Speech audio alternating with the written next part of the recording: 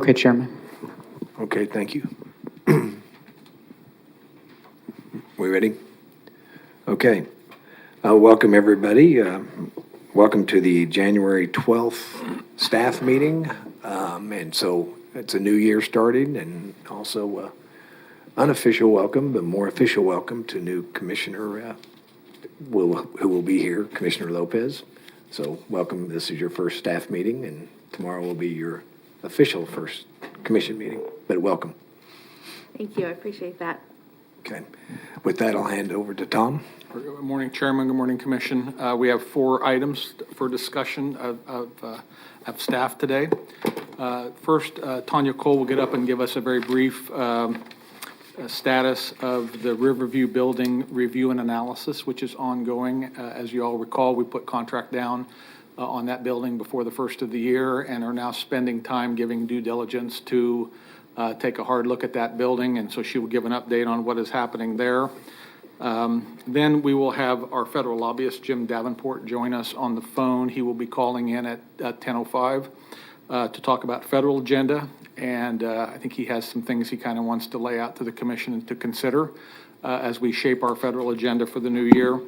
And then after Jim is done and commission will be, of course, able to ask him questions, then we will hang up with Jim and work through the rest of the document that I had sent out late last week. And then when that is done, Tim and Adrian will talk about vaccine update, as we'll do every Tuesday as we work through the vaccination process of COVID. And then finally, Mike Papoon will talk about how the chair and vice chair election process will go at tomorrow's meeting. So those are the 4 items. And Tanya, if you would start us up, please. Okay. Good morning, Tanya. Welcome Good morning. to the meeting. Good morning, Chairman and Commissioners. Tanya Cole, Assistant County Manager. So as the manager mentioned, I wanted to provide you with an update on our efforts that are underway with the 2622 West Central Building, the old Riverside Hospital. So we have engaged our on-call architectural firm, Schaefer Johnson Cox and Fry, and working with Justin Graham, who is leading both the building assessment as well as the conceptual design or block diagram for this building, which will provide potential floor assignments and space for departments that we are considering as a home for this building. So our building assessment consists of a review of the following systems. So they will take a look at the mechanical, which is the heating, ventilation, and air conditioning and plumbing, and the electrical systems of the building. They will look at the building exterior and interior conditions.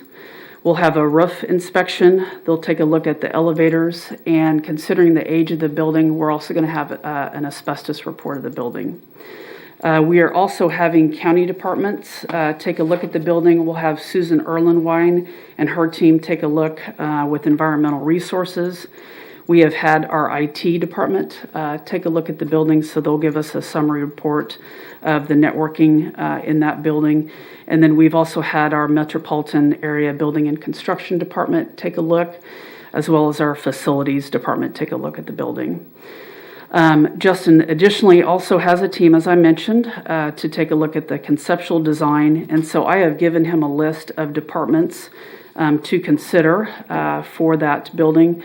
And so he's going to take a look at a home for the elections department, both office and warehouse space, the county treasurer's department, county clerk and register of deeds, the county commission office, offices both offices space and our current meeting room, county manager and communications, county counselor, IT, business systems, and ERP, and so that's who is currently in our Munger building, finance, human resources, our records department, a small portion of facilities, as well as our health department. And so that is the clinic on 2716 West Central, just right around the corner from the current Riverside Hospital building.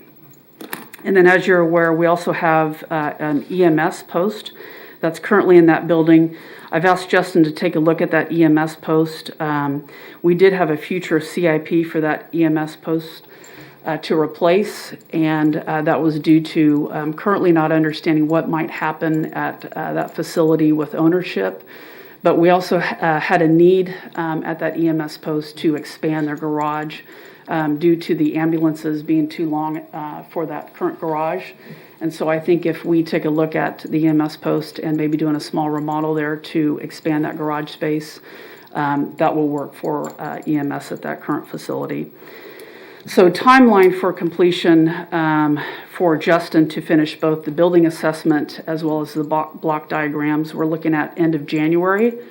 And so what I would like to do is come back to you early February with the building assessment summary as well as the block diagram, and then come back with potential costs. And so Commissioner Dennis, you asked for those life cycle costs. So we'd like to come back to you with that, which would be the maintenance, replacement, and utility costs for that building versus new construction. Any potential remodel costs for that building, as well as any occupant-ready costs. And so that's my quick update on that facility, and so I'd be glad to answer any questions you might have. I also have Andrew Diltz, our facility director, who's available by phone if you have any additional questions.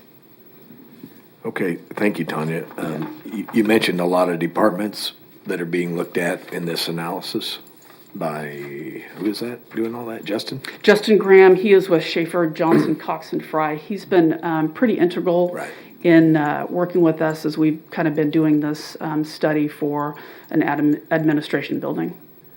So he's going to, I can't, personally, it seems large to put all of those departments there. So he's looking at all of the potential and That's then come back and say the A, B, D, E. Yep, he will give us a layout. There's 5 floors in that building, so he'll give us a layout of, he'll look at each floor and say, okay, it looks like the county treasurer, county clerk, and register of deeds would fit on this floor, have this adjacency. Right. Looks like elections can fit on this floor for their office space and would fit here for their warehouse space. So he'll have a full layout of the building and where those departments can go. Okay, so to recall and for Commissioner Lopez, so by vacating some of these facilities like Treasury here, we've already got plans with that, with the court system and the DA's office. So vacating anything across the street and other things is still up in the air about who would go where. Yes, if we would revisit that, but what we'd had initially talked about is if we vacate the courthouse or historic or Munger, we would look at expanding the DA as well as the courts, district court, into those spaces. Okay, all right, thank you. Commissioner Cruz? Thank you, Chairman. Thank you, Tanya, for that update. What's the current square footage of the building right now? At 2622 West Central, it's a little over 170,000 square feet. So what's the square footage of all of these departments? I'm just kind of curious. Off of memory, I think we were looking about 95,000 square feet for the admin building that we were going to build just over here when we were going to demo the annex, and then 28,000 square feet for elections and 16,000 square feet for the West Central Health Clinic. 16, you said? 16,000. And then how long has this money been in the CIP? So we have 3 million, I think this year for elections, and then in a further CIP, we had the identified in, I need my glasses. Mike, you might need to help me. What year is that? 14?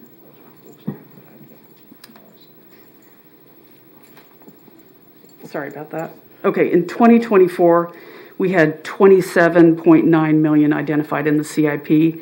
And then in 2021, we have 3 million identified for the county elections building in the CIP. And our bid for this was what, 4 million? Our purchase price for the building was 4.1 million. And what do we expect, like, And what we're trying to determine is renovation costs. Correct. So when we come back in early February, we will have some potential remodel costs, as well as what we think we might need for occupancy-ready costs, any of those costs.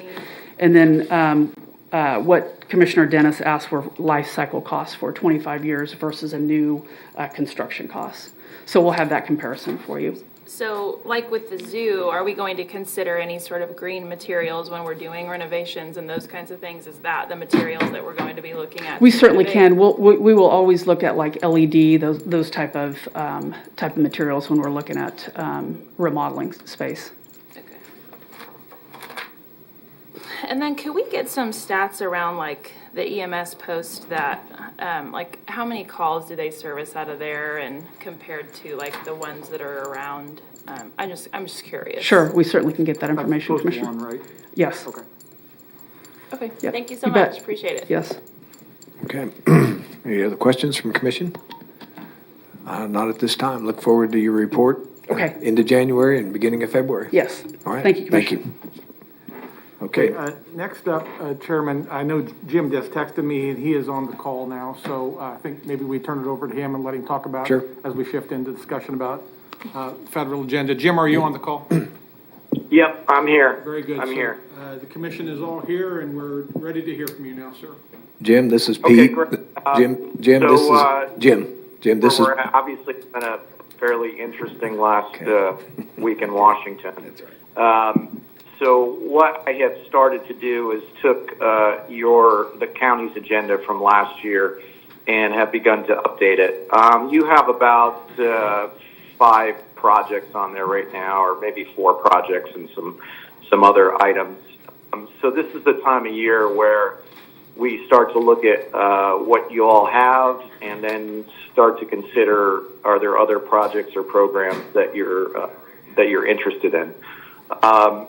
I don't know at this point who has the agenda, the federal agenda in front of them, Tom. So I don't know if they're looking at something or just listening to me. But Jim, we're going to get them a hard copy in front of them. We're running it off right now, but go ahead and just proceed and start off with Okay. transportation. Sure. Okay, fine. So we've got the county's first and second priorities are transportation infrastructure projects. One is North Junction. We had a great success a few months ago with a build grant for North Junction. It's a very competitive process. Very happy that we got $21 million towards that project. So what we're looking at now are next steps. What will that funding be spent on, and what are the additional needs? So you will not be able to apply for another build grant this year. You could, but I don't think you're going to have a chance to get an additional grant. They like to spread money around a bit. There are going to be some opportunities, I hope. President-elect Biden wants to lead with after COVID relief. He wants to lead with an infrastructure package. There's movement in the House of Representatives already to reintroduce the Moving Forward Act, which was a large infrastructure package they introduced last year. So we're going to keep North Junction on the top of the list, if that's okay, and look for additional dollars in whatever field makes the most sense. The second project is the Amtrak extension. I've begun to update these sections already. I don't know if you have my updates or not. I don't recall what version you have of my agenda, but the Amtrak extension is something we want to keep on there as well. President-elect is a big supporter of Amtrak. Amtrak would likely receive some funding in an infrastructure package, either led by President-elect Biden or by the House. We're still trying to get the funding for that gap in service that you all have. There's been some strides made. Amtrak has come up with the infrastructure cost needed to fill that gap. That all happened last year. So we're just trying to, there's some things that have to happen at the state level, commitments from local partners, and we're going to work to get sort of a surge of funding into Amtrak, because they were hit pretty hard with COVID, so they've got their own shortfalls right now, but hoping an infrastructure bill will help patch that up. The third item that we have right now is the Dry Creek Overflow Detention Facility. I would like to submit a letter to the Army Corps of Engineers requesting what's known as the Continuing Authorities Program, Section 205, flood damage reduction project. It's a small, they're considered small projects by the Corps. You can ask them to engage in a project and they can determine whether it's feasible or not. The county went through something similar years ago and the Corps was not, did not provide a favorable response, but that was quite some time ago. I think it was back in 2004. So I'd like to pursue that again and see if we can get anywhere with the Corps. After that, we've got the Northeast Sedgwick County Park, which is a land exchange with the Land and Water Conservation Fund. That is a real tough one. We should revisit that and whether that's actually going to be feasible or not, because I think you have better history on it than I do, but there are some restrictions on the land that you've got that now, and whether an exchange would actually be possible.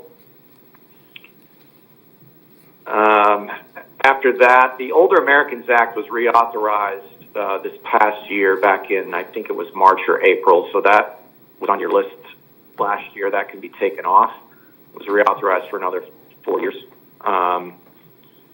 Then there's the mental health bill that you all have listed that will probably be reintroduced. The bill introduced by Senators Brasso and Congressman Mike Thompson on mental health access improvement. That legislation from 2020 died with the 106th Congress, so it needs to be reintroduced. It made it through committee markup in the House. It did not go very far in the Senate, so we'll keep our eyes on that. So after that, I'm going to skip the bottom part that's just the generic funding for county services and go into, on your end, I think now is the time to start thinking about, are there other big projects at the county or programs that you would like to see funded next year, or legislative items that you want to add to your list? And I will bring forth other items I believe to be important as they're introduced, such as there will likely be some sort of tax bill pushed by the new administration. There were some favorable city and county tax items in the 2017 bill, or prior to 2017, that were eliminated in the 2017 bill that we might want to see reinstated. So we could push for some of those. There's likely going to be some action on climate change. There's certainly going to be another COVID relief package, and we want to see funding for state and local governments for reimbursement. That's obviously been a big item, and Tom and I have talked extensively about that throughout the past year. So these are just things I want you to consider, and if there's other projects you want to throw at me, I'm happy to address those now, or you can send me some one-pagers or whatever from your staff, and I can review them. So I'll turn it back over to you. Okay. Hey, Jim, this is Pete Meitzner. Good to talk to you. You too, Commissioner. Yeah, thank you for this past year. Your updates that you send out and Tom shares with us.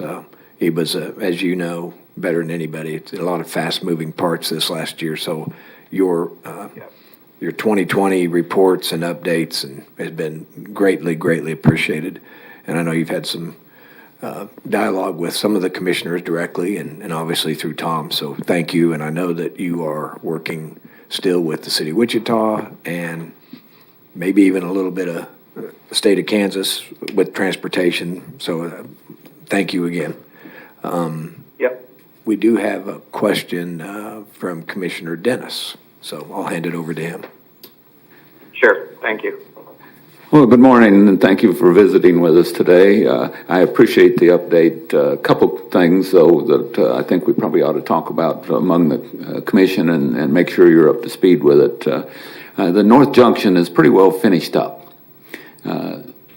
We've got most of the funding in place, and what's not in place we'll probably end up taking with Wichita and Sedgwick County, and I don't know that we need to keep that on, but I think we need to replace it with the Northwest Bypass because for a couple reasons. One is that is a huge economic driver to Sedgwick County, and two, it feeds right into one of our projects that are already on there, and that's the Dry Creek Overflow. Those two working together, that Dry Creek Overflow, we can use the dirt out of that in order to do the overpasses for the Northwest Bypass.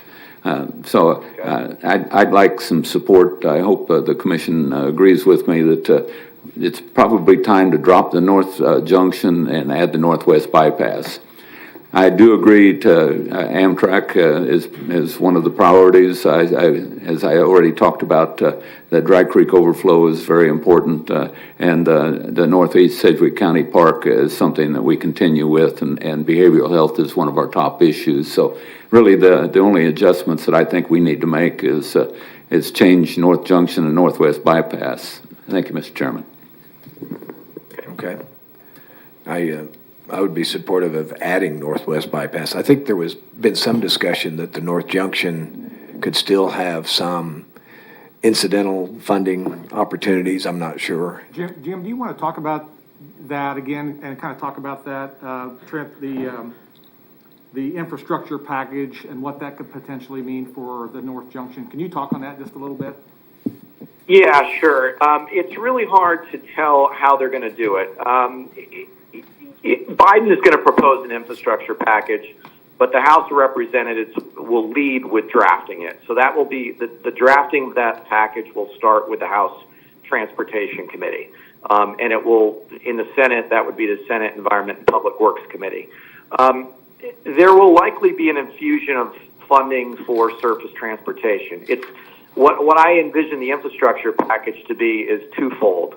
It will be the standard reauthorization of the Surface Transportation Act, which is supposed to be reauthorized every 5 to 6 years.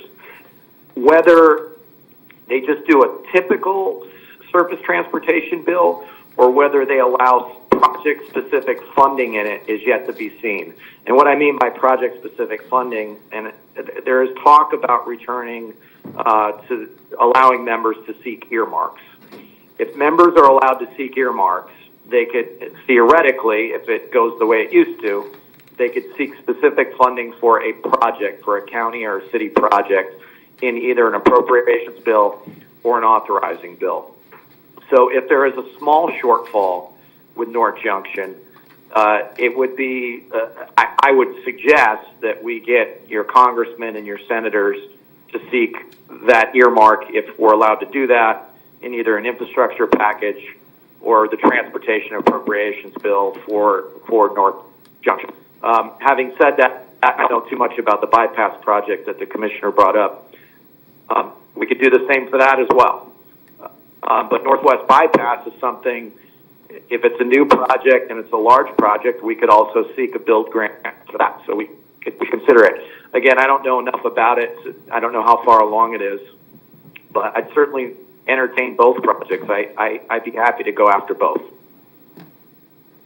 Okay. Thanks for that update, Jim. Commissioner Cruz has a comment, question? Thank you, Chairman. Hey, Jim, how you doing? I'm doing fine. How are you? I'm so glad you're here. I have a question for you. I was talking about you yesterday with a constituent, and before I get into my question, I do want to say that I am supportive of Northwest Bypass. I think that that has been in the works for a little bit, and I think that we should explore other opportunities. So I just wanted to mention that before. But on the last page of this federal agenda, federal legislative issues from last year, I would love for you to address all of the housing opportunities. considering that we have an eviction crisis that could happen if moratoriums are lifted. And I know that this is really kind of a city issue when we talk about housing, but I'd like to hear, and those who are listening, to hear from you around the rental assistance programs that might be coming, the public housing that might be coming. Can you just please speak to housing opportunities in regards to evictions? Sure. So I think you were referring to the last page of the of the document. That last, and I'll just be clear on what that is. So this is all the programs, not all of them, but it's most of the programs that are funded that are important to cities and counties in the annual appropriations process. We always mention these programs to your congressional delegation and fight for the dollars in them, because we know that this money is going to flow to your community some way. So anytime there's anything regarding housing or any of these other programs, we work not only with the National League of Cities and NACO, but other members of Congress to support the most amount of money that we can get in the appropriations process for these programs. Specifically in regard to HUD, if there are any grant opportunities or specific programs that come down the pipe by HUD, we will award you to those, as long as you're eligible or somebody in your community is eligible. We follow the regular grants.gov website and and I follow the Federal Register as well. So anything related to housing, I'll make you aware of it. So and anything. Oh, well, the other thing, as far as COVID relief, I would suspect there will be additional,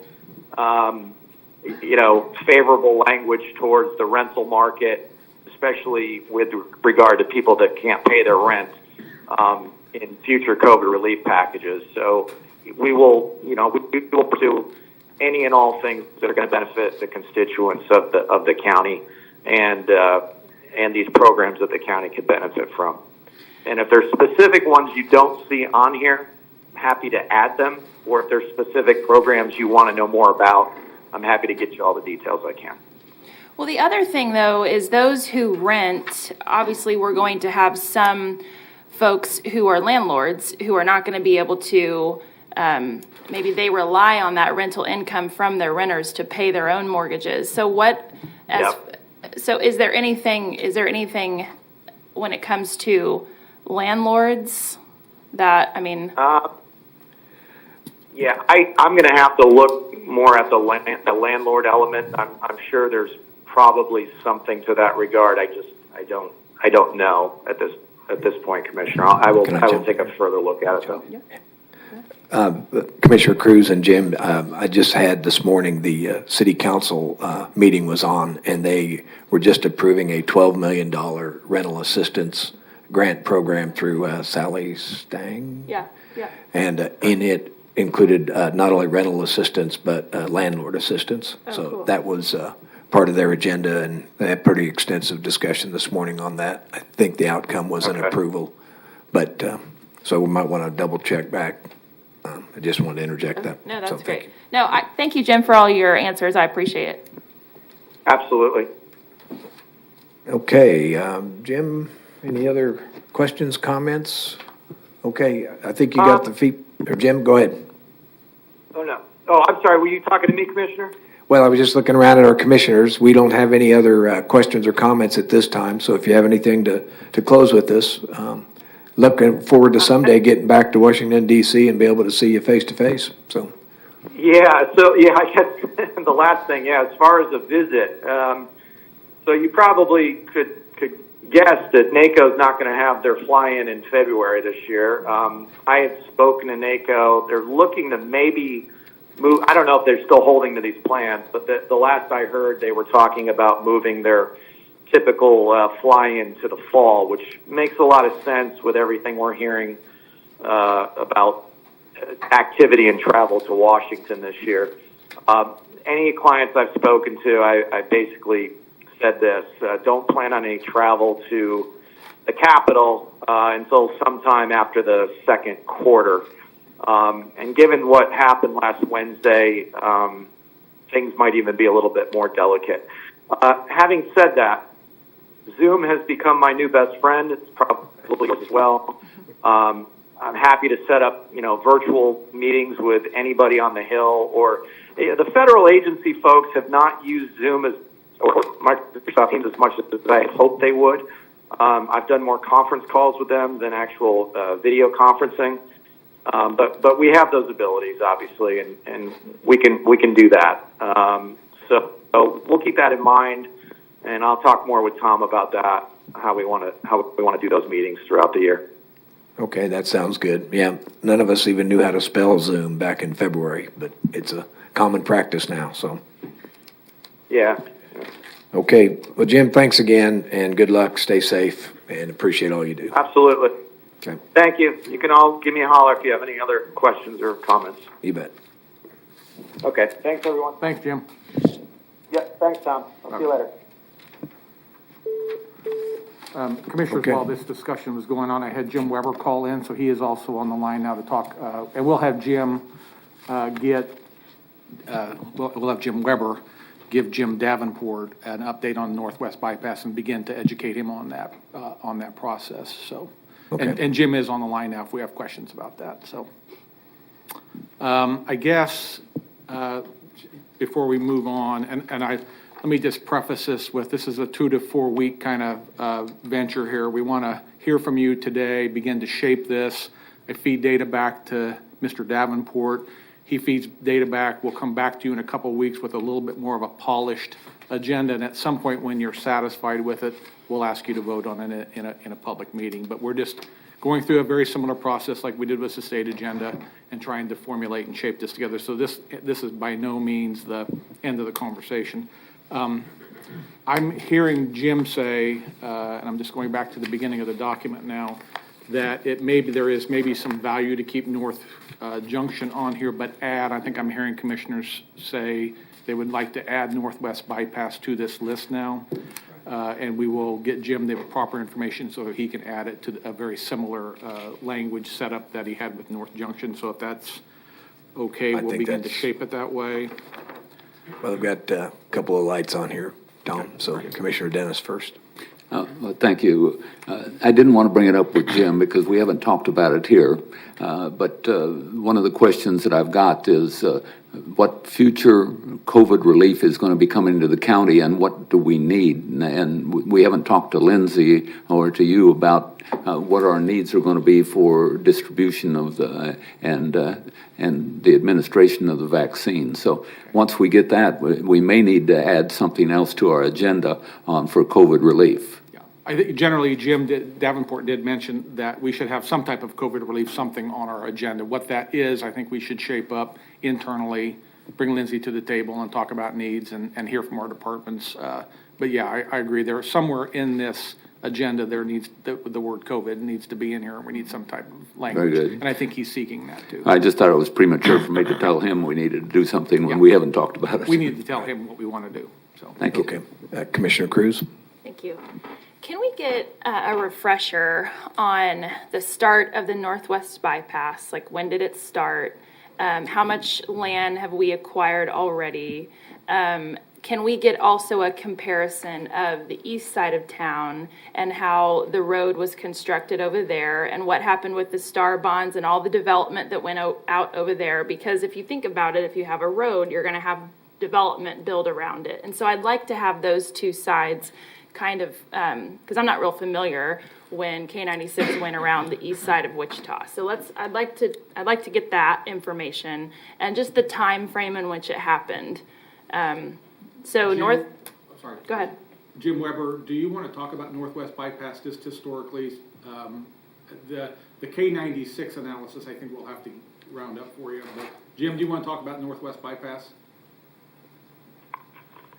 Yeah, I got it. I think we've got some history put together on that, but the Northwest Bypass has been going since the 90s.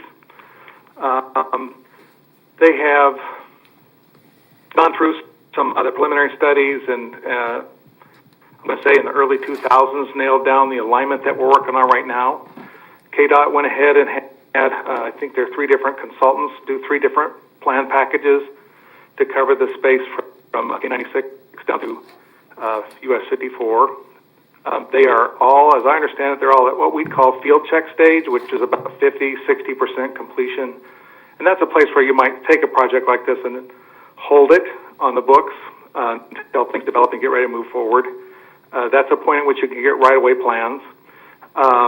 We have had agreements with various people for probably 20 years at this point to purchase right-of-way in hardship cases or kind of critical things. And those examples would be you may have an elderly couple and they're ready to move out of their house, and we don't want to get somebody else back in there. KDOT would come in and buy that piece of property and get it off the books, or something else is going on. Maybe somebody's trying to do a subdivision, and there's some right of way that's clipping the corner of it, and they would need to, it makes sense to buy now at a lower cost than to wait until somebody actually develops it, and it becomes much more expensive. And this is a big problem.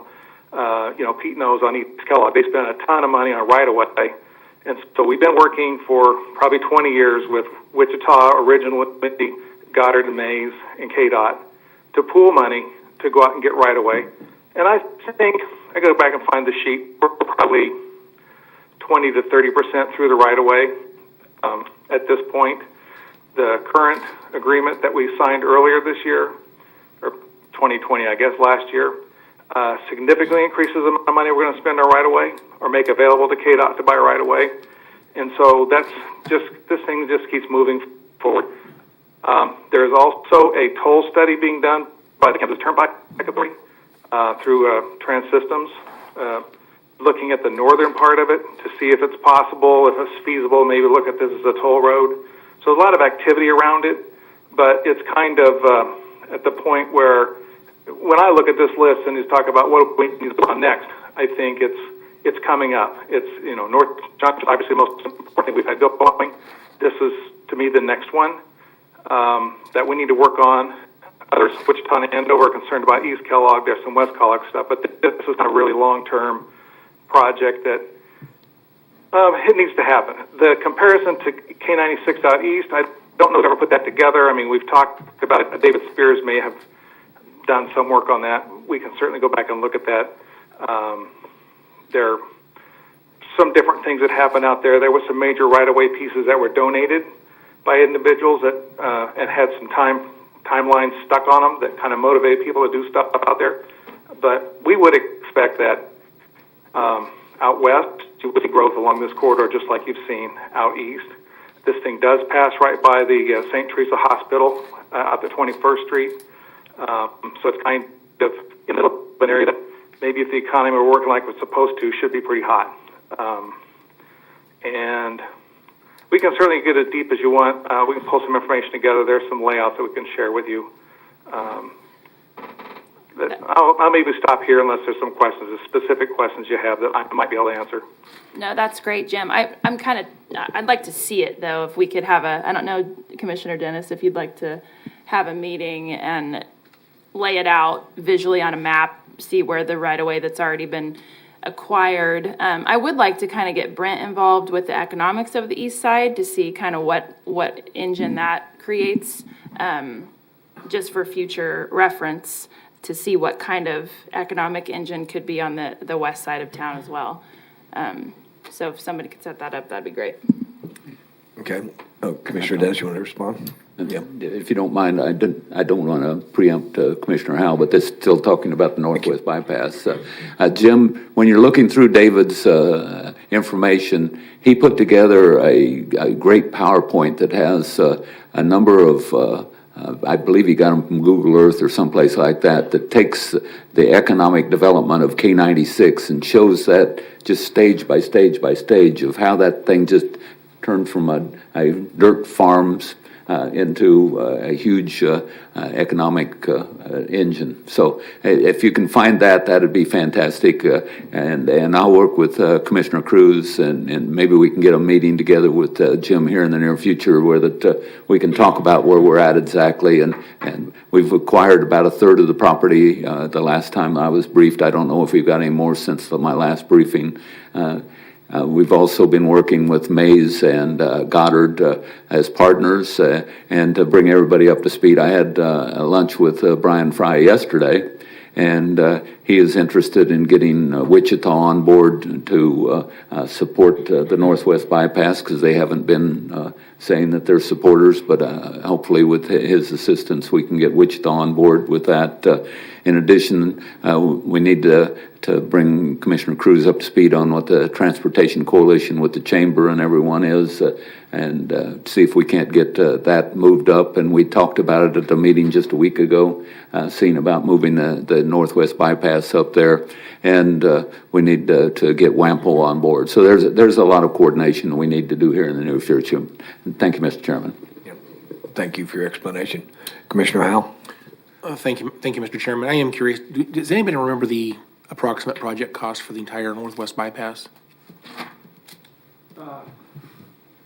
Jim, do you want to talk about that? I know that we have, the other thing I was going to mention in this discussion, we did, the commission, when we did the 2021 budget ratification, we did talk about actually pumping a little bit more money into that fund to acquire frontage. Jim, do you want to talk on that the best you can? So the agreement that we have with KDOT right now, David Spears was able last year to get KDOT to up their contribution to $1 million a year for right-of-way purchases on a one-to-one match. So if we provide $1 million locally, they would match it. That's up from about $330,000 a year in the 5 years before that. So that's pretty significant. We are, as I think we put out when the agreement's coming through, we have the flexibility to do anywhere from $0 to $1 million. And we're currently working through, KDOT wanted to just deal with one local, so it's a KDOT Sedgwick County agreement. We're working on a second agreement that would go with Mays and Goddard and potentially Wichita to have them be part of our $1 million cost. That's not there yet, but that's something we're working on. I think, and I'm not sure, I can't hear very well, but if the broad question was, what's the Northwest Bypass cost? My recollection is it's about $500 million to put it in from one end to the other. And that's why when we talk about it, we're thinking more in terms of it needs to probably be phased in. And if we could do the northern portion from 96 basically up in Mays and West Wichita, down to 21st Street, that would connect up what are probably the most critical parts. And then from 21st and the Colwich Road down, there's pretty good access down onto Kellogg. That would not be bypass level, but it would make a reasonable connection at this point, get you around the hospital and everything. I would consider it maybe the hottest part of it right up there right now. So hope that helps. But certainly summarize all this, and I think we've done it before. We just got to find the best information and get it updated for you. And the connection point at the west side, West Kellogg, where does it tie back in? So on Kellogg, it would tie in just a little bit to the west of 167th Street West, which is what we on west side call the Colwich Road, which is maybe a mile from the Goddard city limits at this point, and maybe a mile. Wichita's right up to it. If you think about where the Eisenhower school complex is for Goddard it'd be right there on that corner. Okay, thank you for those answers, Mr. Weber. And I just want to make a couple of quick comments. The K96, what we call the Northeast Expressway, it was really, my opinion was it's closer to the city, and there was really nothing over there to connect the north side of Wichita to the east side of Wichita, and it was really necessary to kind of complete, if you will, that sector of our infrastructure, because there really was nothing there. I would say that, again, I am supportive of the Northwest Bypass. I think the name might need to be updated. I think the name itself maybe would turn off Wichita City for supporting that, because it sounds like we're trying to remove people from the city of Wichita, which really is not the point. But to provide a way for people to get around the city, again, get to where they need to go. And right now, without having good infrastructure, the people will funnel through the city of Wichita, and there is a lot of congestion downtown. I think that everybody would recognize that. So these provide some relief to those points where there is no other easy solution to the huge amount of traffic that happens at certain times of the day. I-135 and US 54 as they cross, for example. But anyway, K96 bypass, or I should say K96 expressway, is closer to the city, in my opinion, and it obviously has built up. But I don't know that it was built necessarily for the reason of all the economic vitality that's brought to the city. I don't know that was the number one reason. I think the number one reason was to get people an option to move where they needed to go, and that has been a nice result of that. But I don't know that that was necessarily the reason why it was built. I guess I would say that. And to that extent, I think the Northwest Bypass does have value, but I don't know that it's going to build up as much as K96 did. I would be surprised if it did, because I think it's much further from the city, and I think there's going to, again, I no doubt there would be some things that would build up around that. I have no question, I have no doubt that that's true. I don't know that it's going to be the same. I guess it's just anecdotally, that's how I feel about it. I would like someone to study that, I guess. I'd like to know, what is the expectation for economic impact on that. I think someone's already asked that question, but I don't know that they're going to be equal. I guess I'm surprised that we would say we don't need more funding for the Northwest Bypass. I'm sorry, excuse me, for the North Junction. That's a comment. I wasn't ready for that. I guess I'm not up to speed on exactly where we are on funding on the North Junction. So I guess I'd like to get a review of that and kind of be briefed on where we are on funding there. So I guess I would be surprised. I know there's extra phases that need to be discussed at some point, whether they're still necessary or not. Just like the Kellogg and 235 interchange, there's still unfinished work out there that needs to be done at some point potentially. And I want to say again, welcome to Commissioner Lopez, but there's been an ongoing discussion that hasn't got much attention from this commission.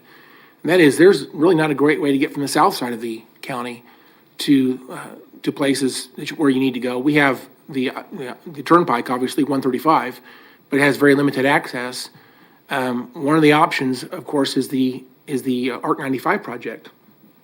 And I want to just say, I want to do what's right for the Sedgwick County. I've been supportive of the North Junction, very far from my district. I'm supportive of the Northwest Bypass, very far from my district. And there are seemingly no good solutions to what's going on south, other than the ARC 95, which is the only mature project that we have. And I'm not sure that it really satisfies all of the problems going on down south. Rock Road is very limited in its ability to carry traffic, and it is extremely busy.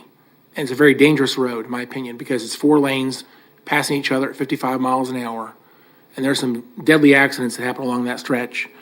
And then we have K15, and again, it's also extremely busy, and there seems to be no easy solutions. And you also have to deal with the train traffic right there. So anything we can do to relieve some pressure on the south side of the county, I think should be discussed alongside the Northwest Bypass. It's not fair for us to talk about a road that doesn't exist on the northwest side of this city, which again I'm very supportive of. But we are experiencing some pressure problems down south. There is no other solution that I know of right now.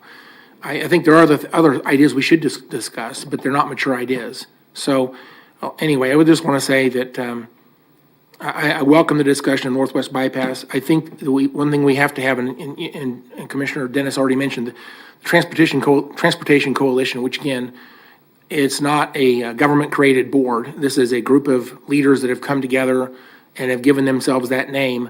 I'm not a part of that. I don't know what they talk about. I'm not privy to their discussions. As far as I know, there's not minutes available for me to read what they do.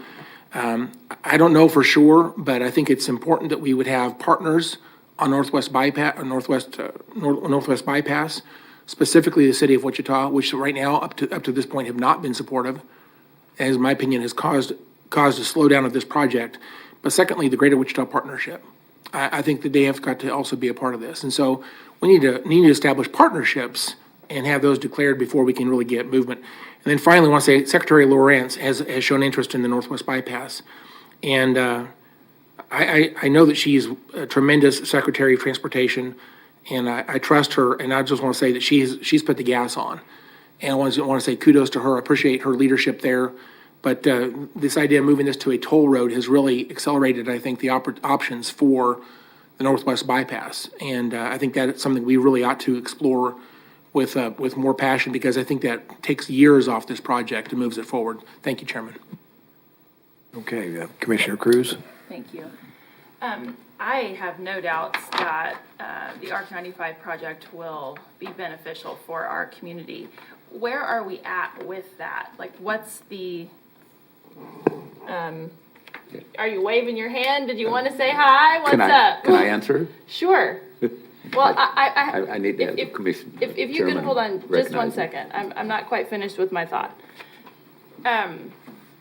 So, can we, like with the Northwest Bypass, we have acquired things, we have spent money, we have it, in the budget to do that kind of thing. I'm just curious where, how far down the track is ARC 95, and how can we, of course we want to do both, right? But the reality of the situation is the funding that's available, the process that's already been in place, all of these kinds of factors. So I guess I'd just like to understand where we're at with ARC 95, and I guess Commissioner. We'll let Commissioner Dennis go first. I know Mr. Weber could chime in too, but if it's okay. Sure, yeah. Commissioner Dennis? Thank you, Mr. Chairman. As far as WAMPO, we do have funding in the budget for WAMPO. We've completed the design work for that, or the initial study was done, and I've got a copy, I believe, in my office if you want to see it. For ARC 95? For ARC 95. Okay. And then if you look at the top priorities for the South Central Transportation Coalition, we tiered the projects. And in Tier 1 project is ARC 95 right-of-way design. So that is a priority right now. Cool. I just want to make sure everybody understood that. And Jim may have better information, but it is a project that's in WAMPO. It's a project in the Transportation Coalition. So there's a lot of people looking at ARC 95. Derby's kind of taking the lead, too. And Derby is taking lead. Right, Okay. right. Thank you. Okay. So if I could just jump in yeah. for a second. He's exactly right. In 2008, WAMPO did a study of the sort of the South Corridor to try to figure out how to deal with it. And this Parkway was the recommended solution. We went back, I don't know, 3 or 4 years ago now. We had that next study done where we kind of fine-tuned the alignment, what it would look like, what some of the costs would be, the right-of-way costs, the crossing over the Arkansas River. We've been having ongoing discussions right now, and I'll be honest with you, the county staff hasn't been out. We've been working with them, but we didn't start promoting this. But there's a coalition of communities along 95th Street that starts at Clearwater, comes into Hayesville, Derby. I think it reaches over into Rose Hill. That's been working to promote this, and they are in the process in current budgets of starting to set aside money. In the thought being to go kind of the Northwest Bypass route of let's get some money started. Let's identify critical right-of-way we need to start getting. Let's think about, we have a corridor preservation, a zoning tool up there, an overlay on Northwest Bypass. They're talking about trying to do that so they can start preserving this route because it does need to be quite a bit wider. So I would say ARC 95 is 10 years behind the Northwest Bypass, but it's following that kind of a path of the coalition coming together and people understanding what needs to be done and starting to lay out what needs to happen next. And that is right. The next thing would be to go to a higher level design study to figure out more details so we could get right-of-way plans and start actively pursuing the right-of-way. Okay. Can you send me that? Yep. What you're looking at? Yep. So Commissioner Dennis was going to send, that's the minutes from the Transportation Coalition, right?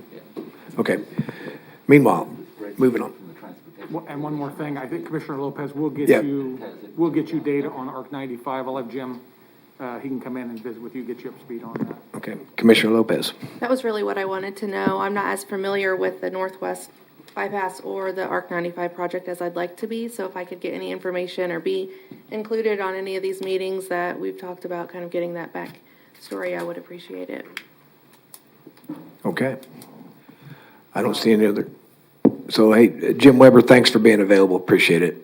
No problem. We don't have any other comments, so we'll move on. So thank you. Amtrak extension, we'll add Northwest Bypass, we'll talk about ARC 95, we'll add Amtrak sticks, Dry Creek Overflow Detention sticks. And the only other thing I need the commission to talk about is this Northeast Sedgwick County Park. What's the will of the board on whether it sticks, whether we modify it, we remove it? I think that's Well, it's, It's still here. I know we went through the exercise last year of parceling that and valuing all that. I don't know if you all remember that or not, but we did a little bit of work through the year on that. I just in my side conversations with Davenport, this is a tough one. Federal interior kind of question, and I don't know. I just need to hear the will of the board on if we want to leave it stick for another year or what you want to do with it. okay. Commissioner Howell? Thank you, Mr. Chairman. On the Northeast Park, I would say, do we have any type of sense of success in our lobbying efforts to get this reclassified? I don't have any confidence whatsoever that we're going to be successful. I think it's a 1 in a million type of opportunity. With that in mind, I guess I would say it'd be reasonable for us to do some things to use that land more effectively.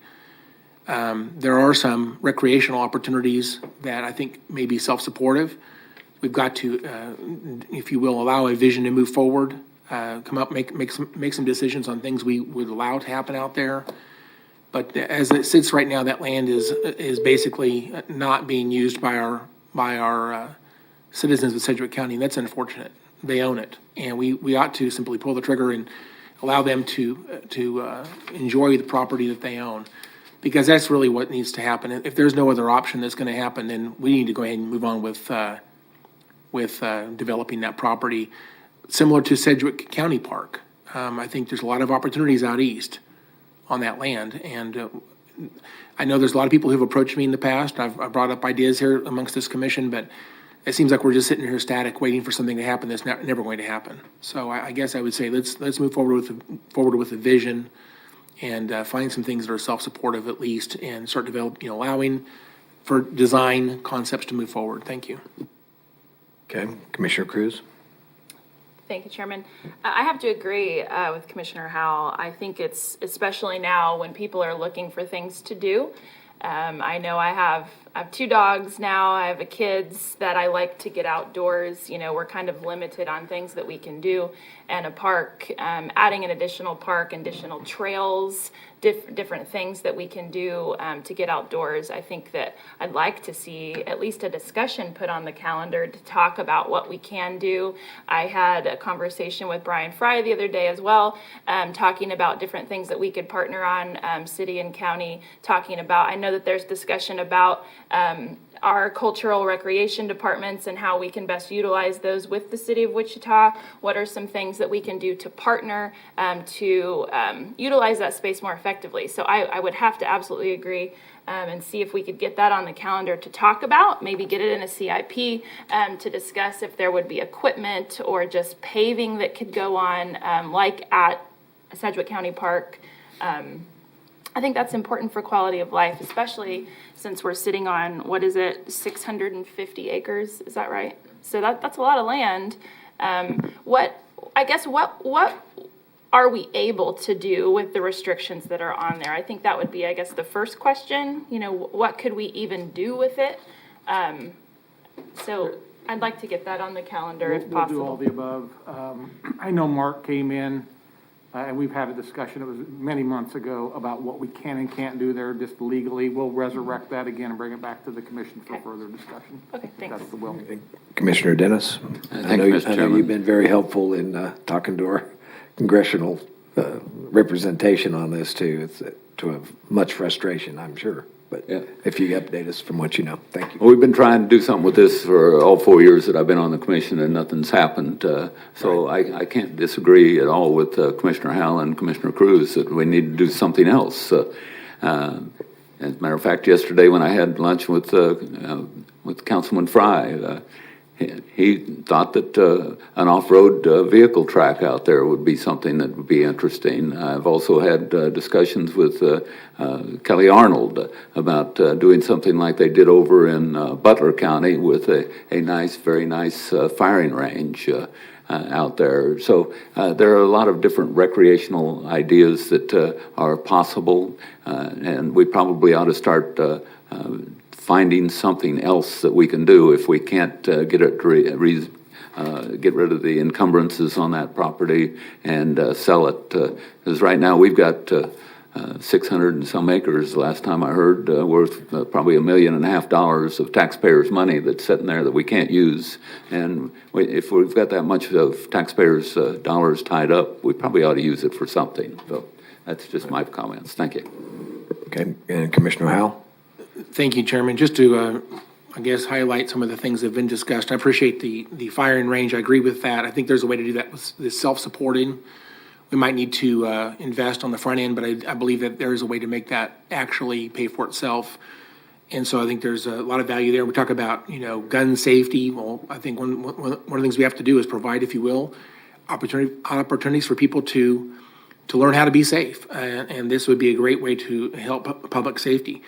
I've had a bicycle club contact me numerous times. There's areas on the south side of whatever road that is that splits the park that is wooded, and they would love to be able to be responsible to develop trails that could be literally miles worth of trails could be through that small area. That there's places around the nation that have this type of park, but there's nothing in Sedgwick County that really competes with this. The closest we have to Sedgwick County is out by Santa Fe Lake, and it's I guess it's expensive, and there's some reasons why it's not a very good vision for what I'm talking about here. We all talk about dog parks. That's very popular, obviously.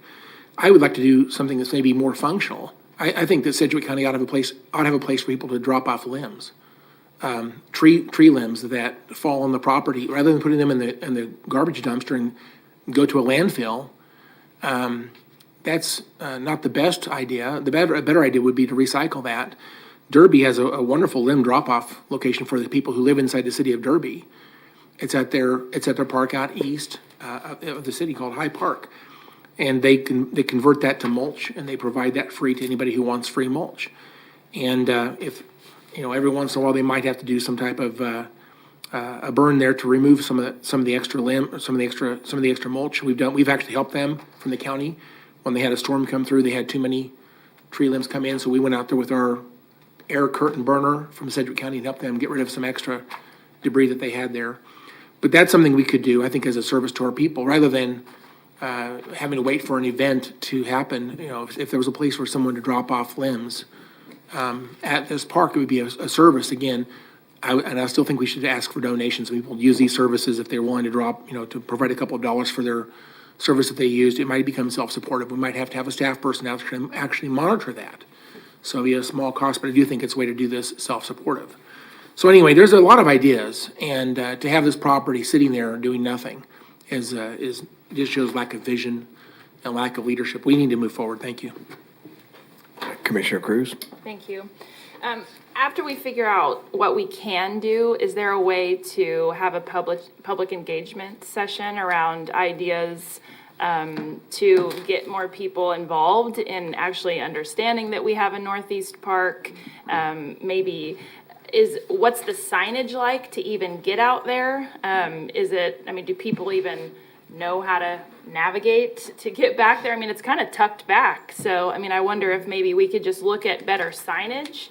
First of all, that can't be that expensive to, is there a sign on K96? There is? No? It'd be off of 254. 254, that's what I mean, excuse me, sorry. It's north of 254. Right. I don't think there is. I go down 254 a lot. I've never noticed a sign. No. Could we look into that? At least, because we did put a big, there's a big sort of entrance kind of there that, we spent some money to put an entrance there. So, I would like to see some sort of public engagement with this We would be glad, Tim Kaufman for the record, we'd be glad to do some things like that. We've been in a holding pattern. I think one of the issues, the last official commission directive was do not spend any money on that park. Since then, we've had the conversation mostly about getting the encumbrances lifted and trying to sell it or do something else with it. If we're ready to move in a different direction, staff are ready to engage the community and talk about all of the different possibilities. Heard some interesting ideas again this morning, but once we're given a green light, we're ready to look at all those options. Okay, thank you. Yeah. Plus, I've been perusing the capital improvement program booklet, and we have a lot of stuff at Lake Afton and out at the park in Sedgwick County, but it's not addressed in the CIP, so this would be The due diligence was, let's see if we could Right, get this exactly. unencumbered and sell it, but Right. that's just not Right. playing out for us. Yep. And it's not that Congressman Estes and Senator Brand, they've tried. I know. They've tried on their Yeah. level, and we can't seem to get it done, so. And if Jim Davenport can't move that mountain, then it's probably a hard mountain to move. He hasn't told me in plain English, but I think that to what Right. commissioners have already talked about, it just doesn't seem like a winner. Right. So, you've answered my question, we'll take it off of this, we'll move forward with another. Okay. path. So, All right.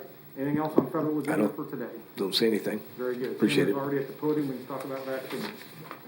Morning, Commissioners. Tim Kaufman. I'll go back to the very beginning. The county's initial allocation, COVID-19 vaccines, was 1,400, and then we received an additional 8,500 doses from Grace Med. Since December 23rd, the Health Department has provided 7,780 vaccine doses to healthcare-associated workers. That leaves us with 2,090 vaccine doses available. As of this morning, there were 984 appointments scheduled through the rest of the week, and over 200 people were added to that schedule since yesterday. So we've got people that continue to schedule, and because of that, I'm going to encourage the public yet again, if you're a healthcare worker in our community and you want to receive the vaccine, now would be a really good time to go to the Sedgwick County website and schedule an appointment so that you can receive the first dose of that vaccine. We believe that if we don't receive any additional vaccine this week, we will run out and we'll be waiting for vaccine to come. So I would encourage anybody in the community that meets those criteria to go ahead and get signed up.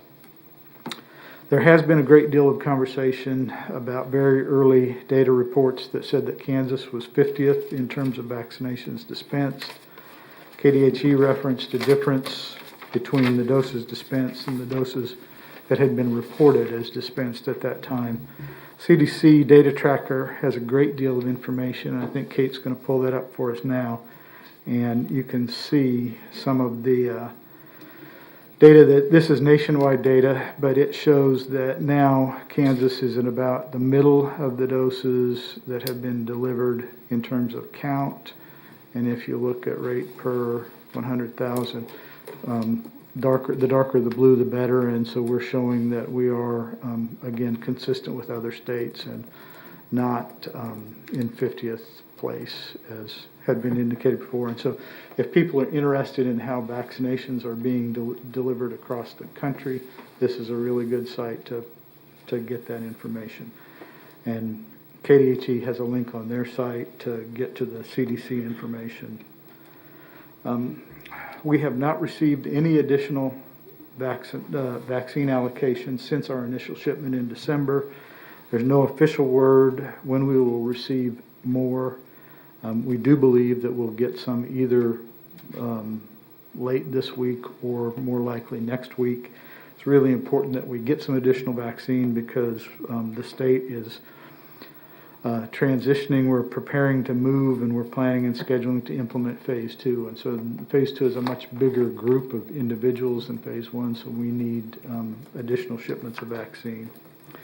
Last week, since we talked about data a little bit, last week we shared the vaccine story map, and it is complete data that ends on a Saturday and is posted on a Wednesday. It will be updated tomorrow, but right now it shows that 2,160 doses were given between December 23rd and January 2nd, and you can see that we've given a great deal since then. And then our partners had, in that time frame, given an additional 3,000 doses, partners hospitals. So people that are interested in looking at vaccination information, we've got two different sources. We've got the story map on our website, and then we've got CDC data. Late last week, Governor Kelly announced the state's new website for COVID-19 vaccine information. That is kansasvaccine.gov, and it provides some daily information about statewide implementation of vaccinations. Governor Kelly also shared an update about the vaccine phases, and we'll continue to vaccinate healthcare workers per KDHE and CDC guidance. Soon, we should be able, as a state, to move forward into phase 2 and vaccinate a much broader category of individual, a much greater number. Governor and KDHE have indicated the state will move to phase 2 together. So once the entire state has vaccinated their healthcare workers, then we will move as a state into phase 2. And I think Kate's going to pull up the governor's phases. Tim, while she's doing that, can I interrupt? I thought that phase 2 was going to be an option that counties could go into as they complete phase 1, but now you're saying that it's a I statewide think phase you 2? and I were on that same call, Right. and the governor said states moving together, and then the secretary said counties could determine when they were going to, and then later on the governor said the states moving together. And then that afternoon, KDHE had a call with health department directors, and they were very direct when they said states moving together. Okay, thank you for clarifying that, because I may have misquoted that It myself. was a very confusing conversation because there were mixed messages that day, but at least the most recent conversation has been everybody's moving together. Okay, well, it's always subject to change, as most things with COVID. It absolutely Okay. is. All right, thank you for clarifying. On the state's new website, they do have they've refined their vaccine plan, and so again, we're still in phase 1, and that's those healthcare workers and residents of long-term care facilities. And phase 2 includes individuals 65 and older, individuals living in congregate settings. That may be a group home, it may be something like a correctional facility or JDF, ARF, that sort of thing. And then high contact critical workers. And those, the plans that they announced last week, the tentative schedule that they announced last week, and I'm going to emphasize again, this is a tentative schedule, and it's really, really dependent upon vaccine availability. But the tentative schedule that the governor talked about was that phase 1 would go through January, but it may end early if enough vaccine gets distributed statewide. And then phase 2 would start immediately after phase 1 ends, so late January, early February, and it would run through May, again, dependent upon vaccine availability. Phase 3 would immediately start after that, and it would run through June, and then phase 3 is going to be those folks that are age 16 to 64 with severe medical risks and other critical workers. And then phases 4 and 5 would be following June and after. And the intent then would be for everyone to be in one of those categories and be able to be vaccinated. So again, I'm going to repeat what I just said was very tentative and dependent on vaccine availability.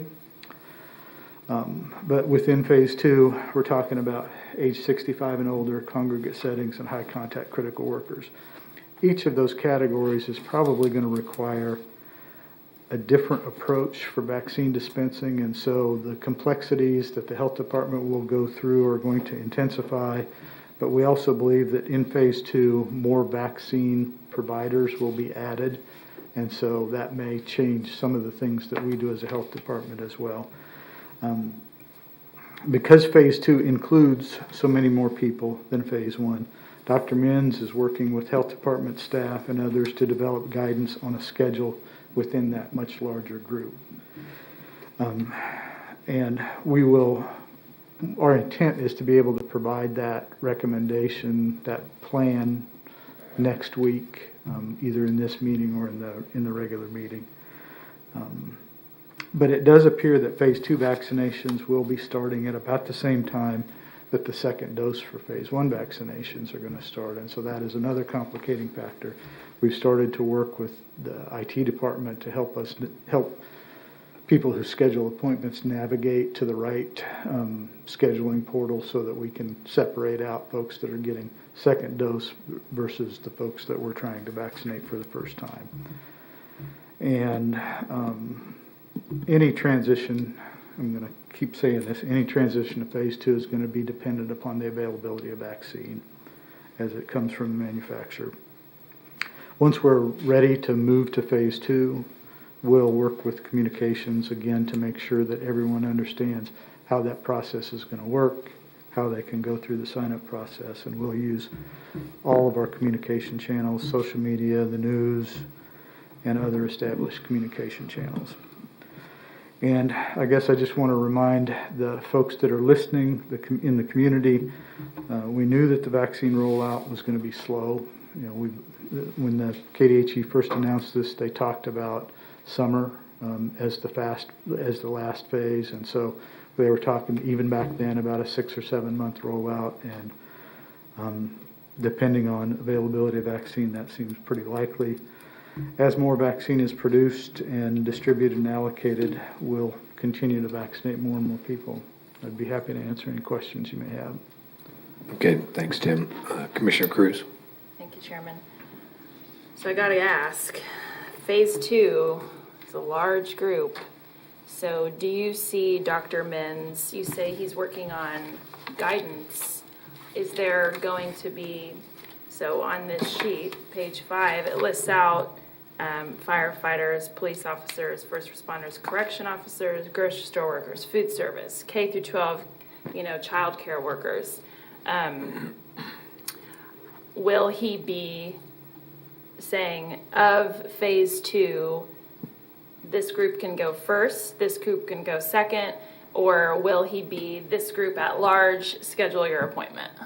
So specifically for teachers, since USD 259 voted to return students to school, I'd just like to see where we're going to, where teachers are going to phase and fall in this phase. They'll be within phase 2 somewhere. We haven't determined yet where they'll be. You talked about a couple of the complicating factors is that within that high contact critical worker, there's a lot of different important categories of employees, for example. But each of those may have a different supporting tool available to us. Schools have school nurses, and so we may be able to work with the schools to be able to, for them to extend our staff and do some of that dispensing on their own.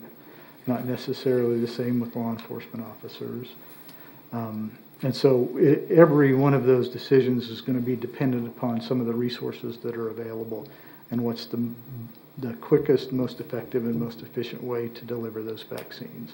So we may ask, and I want to make sure the public understands this decision has not been made, but we may ask school districts to work with the health department to vaccinate their own staff. It may be more efficient. They may say, that's not an efficient way for us to do it. We'd like to send our folks to your mass vaccination clinics instead. So we're going to have those types of conversations with, and we're having those types of conversations with entities right now. It's going to be a very complex issue. But again, when I talked about what the governor had recommended in terms of the duration of this, not everybody's going to get vaccinated on the first day. And we anticipate that phase 2 vaccinations will be going into May. And so we're talking about 90 days roughly at the minimum. And that, again, is provided that vaccinations are available to us. Okay, I might just want to add that another thing that could happen, and we're beginning to see some media about it now, that the CDC, they may set guidelines for phase two. For example, we're hearing that it's possible that they're going to designate over 65 becomes the group in phase two. And if KDHE adopts that, then our marching orders here would be everybody else in phase two waits while 65 and above. We'll see how this plays out, but some entity above us, CDC or KDHE, could come in and modify in what order that's going to happen. So as we get closer to phase two, we'll watch that. Okay, and just one final question. You mentioned that, so KDHE doesn't find out until Thursdays whether they're going to ship us more, or we don't find out until Thursday whether we're going to have enough? The earliest that we would find out would be Thursday. It has not been, the communications from KDHE, and I know they're trying to communicate a lot of information to a lot of different people, has not been consistent. We've struggled to get consistent communication with them. We hope that by Thursday we'll have a count of how many vaccines we may receive next week. Okay. Okay, thanks, Tim. Okay, Commissioner Lopez.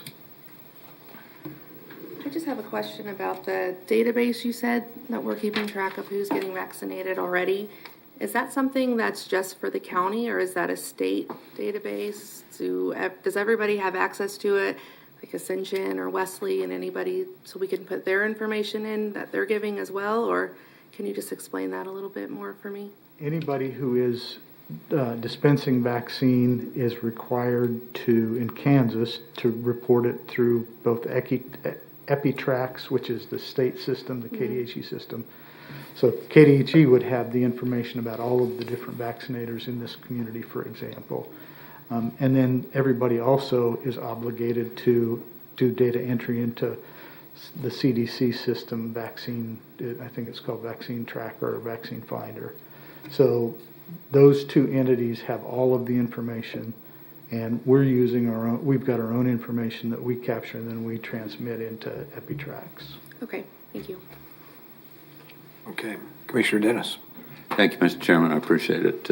And Tom is absolutely right. There's a deal on New York Times right now that said at noon Eastern time that the Department of Health and Human Services is supposed to release new guidance that everyone is 65 and over is supposed to be vaccinated as soon as possible due to they are the most vulnerable folks and the high rate of deaths they're concerned about.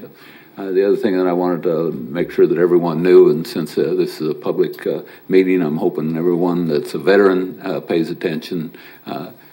The VA is offering the vaccine to veterans. Their priorities right now are those that are 75 and older or those that are 65 and older with underlying conditions. So contact the VA. They are scheduling appointments for that. I know they're at least a week out because I called them yesterday and I got an appointment a week from tomorrow. So I want to make sure that all the veterans know that that is an option. Thank you, Mr. Chairman. Okay, thanks for the update. Commissioner Howell? Thank you, Mr. Chairman. Just a couple of quick questions. How do we know that Kansas is getting a fair share of the vaccine compared to other states? Has anybody analyzed that? Is there an argument to be made that we're not getting a fair share of what's available compared to other states? Or do we know? I haven't heard that argument.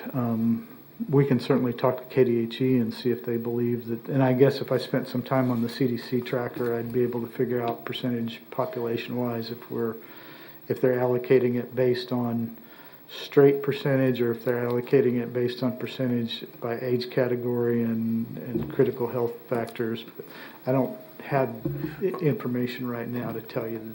I assume Governor Kelly's office is looking at that, and Secretary Norman, I'm sure, is looking at that. But if there is an argument to be made there, I hope someone, I assume that they would know that, and there's efforts to be made at the federal level, our federal delegation, to make sure that we are treated equally, at least with other states. Because I don't know, I'm sure my colleagues have gotten similar phone calls. I have people who call me.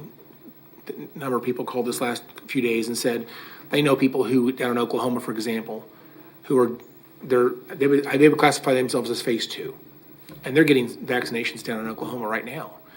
So, and I think their understanding is that there's more vaccine available in Oklahoma, and I don't know if that's true or even, and if it is true, why is that? So it just seems like we want to make sure we're fighting essentially for the vaccine if that's what we need to do. Again, I don't even know if there is a problem, but I'm being told there maybe is a problem. So I want to make sure we understand that. You talked about the schools potentially partnering with the county to provide these vaccines to staff. I don't know how this works, but since I know that these vaccines require cold storage, how would that work in terms of, I assume that the schools don't have the cold storage. They would have to get the vaccine, I assume in the morning, and then work to get it into the arms of their staff that day. I don't know how much time they have to do that. So how would that work? Much like the way we do it at the Interest Bank Arena right now. We know how many doses we've got scheduled for a day. We pull those out of cold storage and we use that up that day. Okay. And so it's not one of those things where we would be able to, I can't imagine a situation where we would do this without some kind of a schedule, whether it be by school or by multiple schools, that sort of thing. It's a process a plan that we would work through with them.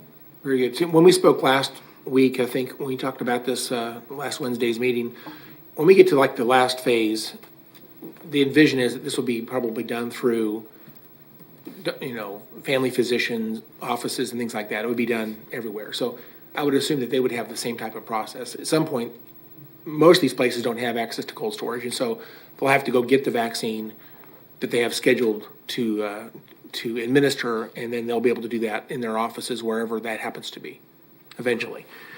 I guess I bring that up because I think Commissioner Cruz is right on in the fact that this phase 2 is a huge group of people.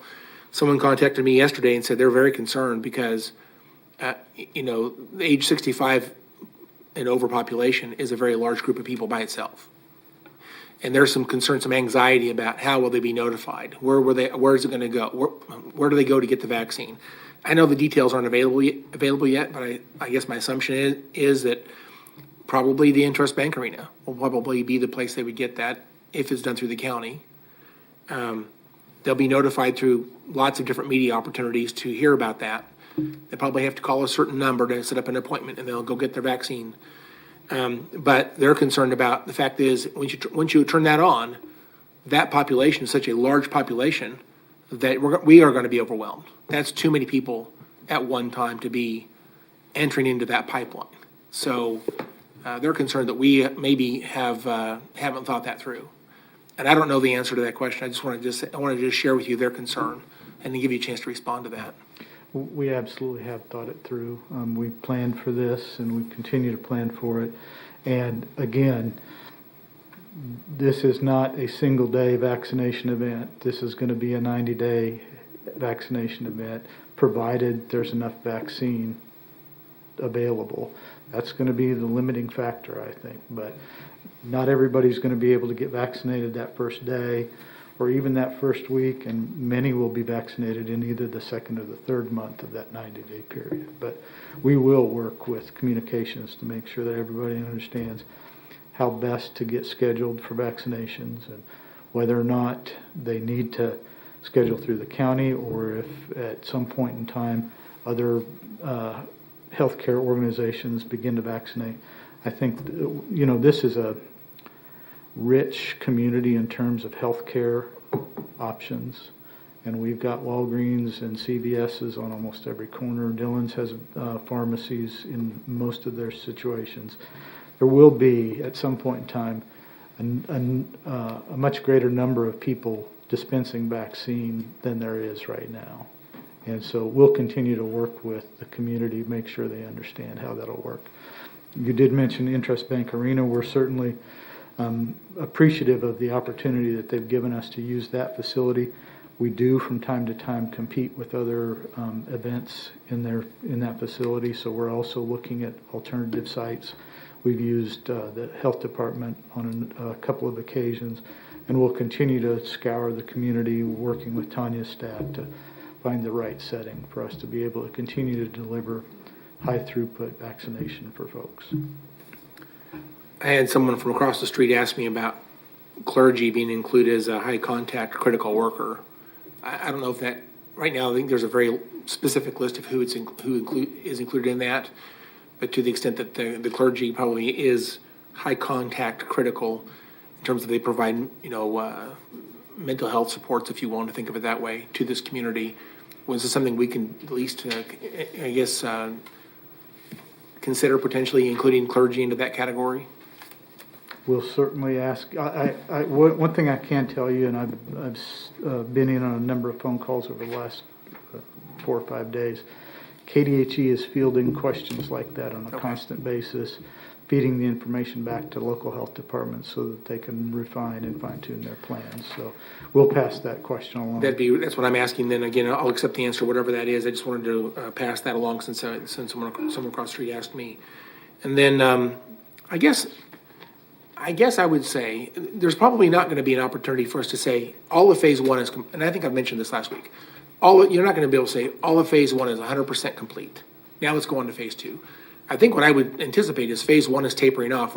We have vaccine on the shelf and we have appointments available, and phase one isn't filling those spots because it's tapered off. I would say kind of like boarding an airplane. If you are number two, call two. If you have any number lower than that, you're certainly welcome to be part of this as well. You're still available to come in and get this access. But I would say that at some point we need to go on to phase two, but phase one may still have some people that aren't complete yet that still want to go through the process. And so I think the trigger should be when we have bandwidth available, we have vaccine on the shelf and appointments available. That would be a sign to start phase two. It shouldn't necessarily be, we really think we've finished everybody in phase one, and we've maybe had a week or so where we didn't do a whole lot because we're waiting for that confirmation. I think we can look at the what's available and hopefully make that determination before we get into that position where we're kind of waiting for phase two to start. It should be almost seamless. Phase one should be tapering off. Let's go ahead and begin phase two, is my opinion. So, all right, thank you for those answers, and thank you, Chairman. Okay. Commissioner Cruz? Thank you. Can you just briefly, just real brief, tell us about the vaccines? So there's Pfizer and Moderna, and one of them requires cold storage and the other one doesn't. I believe that we have the Moderna one. Is that correct? That is correct. So the Pfizer is the vaccine that requires the ultra-cold storage, which is the 90 degrees below. The state received that from the feds, and then they have positioned it, they use a hub and spoke model with the Pfizer, and so there are 5 different locations that they send that to. And those are primarily hospitals because ultra cold storage is not unusual for hospitals. The rest of the providers in the community so far, or in the state so far, have received Moderna. And the expectation is that because that doesn't require that ultra cold storage, just about anybody can handle that. And I know that the state has also started to distribute a little bit of Moderna to the hospitals, again, to catch, that's where the concentration of healthcare workers are across the state. And so right now we're anticipating additional Moderna doses. Okay. You did briefly touch on the location and if there was a conflict with Intrust Bank Arena. So surely we have their calendar and we know what's going to be there. So I received a question last night at my Citizens Advisory Board about where that might, where another location might be. So I'm glad to hear that you guys are already thinking about that. The last question I received was mandatory vaccinations, like how if someone chooses not to take the vaccination, it's not a mandatory thing, right? I want the community to hear it from you. That is correct. There is no mandatory vaccination on part of the health department. Okay. Thank you for that. Appreciate it. Sure. Okay, Tim. Thanks. I would note that I'm looking at the plan you've sent us, or that we've got the state plan, and I do see that there's definition of these critical workers or critical services as defined by Department of Homeland Security. So I appreciate you asking the questions, but we may be stuck with whatever the definition of Homeland is on that. So thank you. Okay. Commissioner Lopez. Sorry, just one last thing. Is all this available in Spanish and Vietnamese as well? My understanding is yes, it is. It is? Okay, thank you. Yes, it is. I know that the KDHE website is. Okay, thank you. Okay, One final comment on that for Commissioner before we move on. The county does have capacity for ultra-cold storage. We positioned ourselves for that. We're not using it, but we have the capacity. And the county, I think people ought to know, the county will always, we'll handle this like we did testing. There will always be one universal site. Right now, it's in Trust Bank Arena for vaccines. And then there'll be a lot of spokes out there, as Tim mentioned, with our partners who will distribute this vaccine if and when we are fortunate to get a large supply of that. So just to Right. close with that. okay. And then finally, Mike, do you want to talk about the process for tomorrow and ask about the commissioners? Certainly. Thank you, Tom. Mike Papoon, County Councilor. By Kansas statute, the first meeting of the new year, we elect a chairman and a chairman pro tem. After discussions with the chairman and various commissioners, we have talked about the process we want to use this year in electing the chair and the chair pro tem. Traditionally, it's the first Wednesday or the second Wednesday in January when we meet and elect such a chairman. We have had nominations put into the record by various commissioners, either nominating themselves or nominating other commissioners. And then we have the clerk call the vote, just the same as we call on other items. This puts certain commissioners in the unfortunate position of having to vote maybe before they know how all their colleagues are voting, and that can be somewhat awkward. So this year we're looking at having paper ballots distributed each one of you with your names on them, so that after the nominations have closed, you'll have an opportunity to vote for who you want to be the chair. We'll hand those ballots to the clerk, and the clerk can read off the votes with the commissioner's name attached to those votes. And then if we have 3 votes for any one commissioner for chair, then such commissioner will be elected chair. Then we'll go to the same process for the chair pro tem. And just keep doing that till we get 3 for each position. And again, I don't think we've tried this before, but if it's the will of the board, it seemed, and it's certainly, I think, the will of the chairman to do it this way this year, I think we can make this process work.